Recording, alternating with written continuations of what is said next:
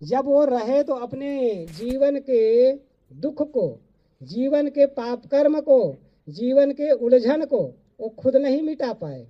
अपने वर्तमान जीवन में रहते हुए खुद दुखी रहे, खुद उलझे रहे, खुद संतप्त रहे। और मरने के पश्चात उसकी प्रतिमूर्ति से, चित्र से आदमी चाहता है कि हमें सुख मिल जाए, शांति मिल जाए, संपन्नता आ जाए, दुख दारिद्र्य दूर हो जाए। ये है भ्रम। इसे कहा जाता है भ्रम, क्योंकि सुख और शांति का केंद्र वो नहीं है।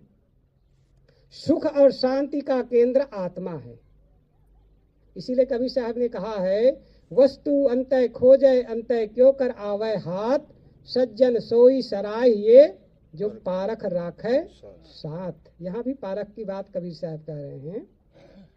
वस्तु अंतय, वस्तु अन्यत्र हो, खोजय अंते, कोई आदमी अन्यत्र खोजता हो तो वस्तु मिलेगा नहीं, मिल सकता। एक उदाहरण से आप समझ सकते हैं। एक बुढ़िया माई थी। बुढ़िया माई संध्या के समय 4-5 बजे के आसपास वो कपड़ा सिल रही थी। अपने घर पे बैठकर, कमरे में बैठ कर के वो कपड़ा सिल रही थी। सिलते सिलते सिलते उसको बाथरूम लगा। बाथरूम गई, अंधेरा होने वाला था और उसने कपड़ा और सुई रखी और बाथरूम गई। बाथरूम से आई, अंधेरा थोड़ा और ज़्यादा हो गया और कपड़े में ही उसकी सुई उलझ गई। ढूंढने लगी, नहीं मिला। इतने में स्ट्रीट लाइट जल गया, गली की जो लाइट होती है वो जल गई। अब वो बुढ़िया माई कहाँ ढूंढने लगी? घर से बाहर निकलकर गली में सुई ढूंढने लगी। सुई ढूंढ रही थी, इतने में 2-4 जवान लड़के उधर से निकले। उन लोगों ने कहा, माता जी क्या खो गई है, क्या ढूंढ रही हो, हम भी आपका सहयोग कर दें। क्योंकि जो बच्चे थे वो संस्कारी थे। उन लोगों ने कहा, माता जी आपका क्या खो गया है, हमें बता दो, हम ढूंढ देंगे। अंधेरा हो गया है, लाइट जली हुई है, आपको दिखाई भी कम देती होगी, बताओ। तो उसने कहा, बेटा मैं कपड़ा सिल रही थी तो सुई खो गई है, उसी सुई को ढूंढ रही हूँ। वो लड़के भी ढूंढने लगे। ढूंढते ढूंढते सुई नहीं मिली तो बच्चों ने कहा, लड़कों ने कहा, माता जी सुई कहाँ पर गिरी है, आपने कहाँ रखी है, केवल इतना बता दो तो वहीं पर हम ढूंढें ताकि जल्दी से सुई मिल जाए। तब वो माता जी क्या कहती है? कहती है, बेटा मैं कपड़े सिल रही थी कमरे में और बाथरूम गई, आकर के ढूंढी, सुई नहीं मिली। तब वो बच्चे कहते हैं, माता जी स्ट्रीट लाइट हजारों जल जाए और गली में आप सुई ढूंढेंगी तो सुई न मिलने वाली नहीं है। सुई कहाँ मिलेगी? कमरे में खोई है तो कमरे में ही मिलेगी। यही दशा संसार के सब लोगों की है। खुद की पहचान नहीं होती है, अपने आप की पहचान नहीं होती है। ये है भूल। अपने आप को विस्मृत, अपने आप का विस्मरण होना ही भूल है। आदमी अपने को क्या मानता है? नाम से जोड़ता है, अपने को नाम मान लेता है। पद से जोड़ता है तो पद को अपना रूप मान लेता है। घर में पति है तो अपने आप को पति मानता है, पत्नी है तो पत्नी मानती है, और कोई रिश्ते नाते में है तो वो मानता है, या कोई जाति वाला है तो जाति का रूप में अपने आप को मानता है। एक घटना मैं बताता हूँ। मैं गुजरात में एक बार था, ऐसे ही सत्संग हुआ तो जो सत्संग का आयोजन करा रहे थे वो शिक्षक थे, टीचर थे। तो अपने टीचर मित्रों को भी इनवाइट किए थे, तो वो सब भी आए हुए थे। सत्संग के पश्चात एक शिक्षक और थोड़ी देर तक बैठे तो उनसे केवल इतना ही पूछा गया कि बताइए आप कौन हैं। सत्संग चर्चा में आत्मज्ञान की चर्चा हुई थी कि आत्मा की स्थिति क्या है, आत्मा कहाँ रहता है, आत्मा की प्राप्ति कैसे हो, इन सब चीज़ों पर चर्चा हुई थी। तो उनसे केवल संकेत में पूछा गया कि आप कौन हैं। उसने क्या जवाब दिया पता है? उसने कहा कि मैं शिक्षक हूँ। पहला जवाब था कि मैं शिक्षक हूँ। तो उससे कहा गया कि आपका पेशा नहीं पूछा गया, आपका धंधा नहीं पूछा गया कि आप क्या करते हैं, आपसे केवल इतना ही पूछा गया कि आप कौन हैं। तब वो फिर रुकते हुए फिर बोलता है कि मैं पटेल हूँ।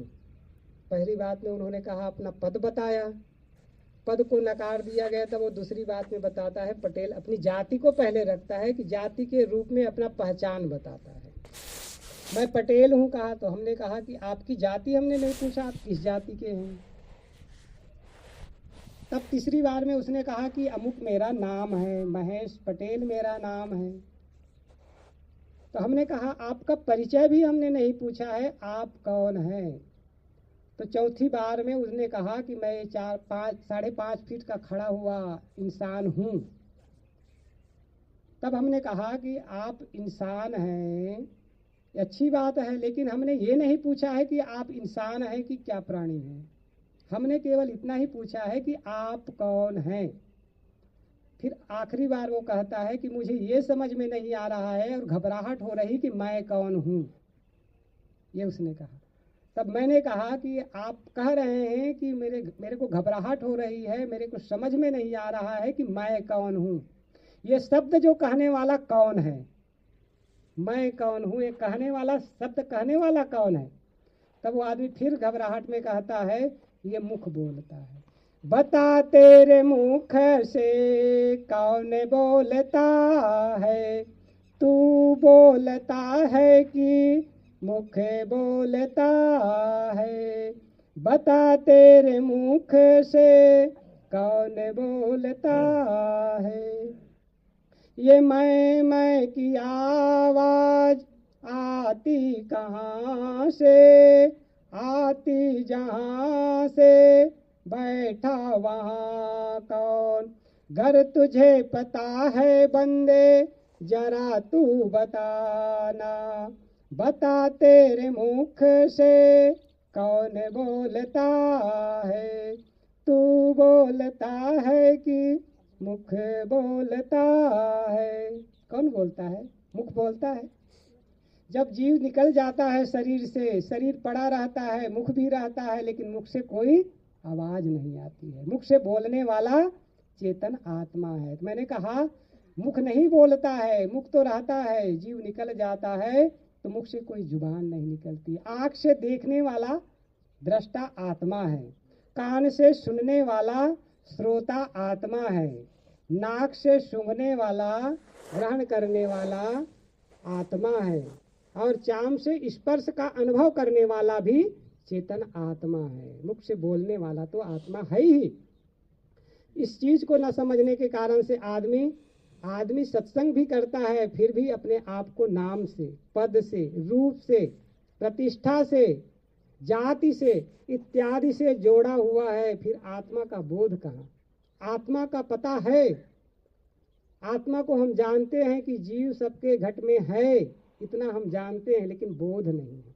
बोध तब होगा जब नाम रूप गुण कर्म पद प्रतिष्ठा इत्यादि से ऊपर उठकर हम आत्म भाव में जिए। आदमी जानता समझता सब कुछ है, किंतु आत्म भाव में जीना बड़ा कठिन होता है।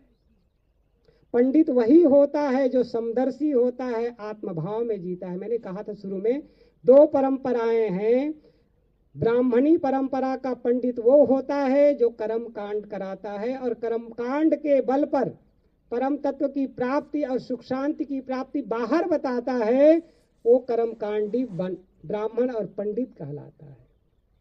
किंतु श्रमण परंपरा के आधार पर सदगुरु कबीर साहब पंडित का उदाहरण अपने पद में बारंबार दिया है। बुझ बुझ पंडित मन चितलाय, कबहि भरल बह कबहि सुखाय, खन उबय खन डूबय खन अवगाह, रतन न मिले पावय नहीं था, रतन न मिले पावय नहीं था। कबीर साहब कहते हैं बुझ बुझ पंडित मन चितलाय। यहाँ पर उन ब्राह्मणी पंडितों को नहीं संबोधित कर रहे हैं कबीर साहब। कौन समझ सकता है अपने मन को? जो साधक होगा, जो आत्मज्ञानी होगा, जो जिसका भूल मिटी होगी, जो आत्मा को समझता होगा, वही समदर्शी ब्राह्मण पंडित ही अपने आप को समझ सकता है। तो श्रमण परंपरा के आधार पर पंडित उन्हें कहा जाता है जो अपने आप को जानता है, जिसका चित्त समदर्शी हो जाता है। इसीलिए कहा गया है, सत्या सत्य विवेकनी बुद्धि पंडा, यस्य बुद्धि पंडा सा पंडिता। ये शास्त्रों में कहा भी गया है, जिसकी बुद्धि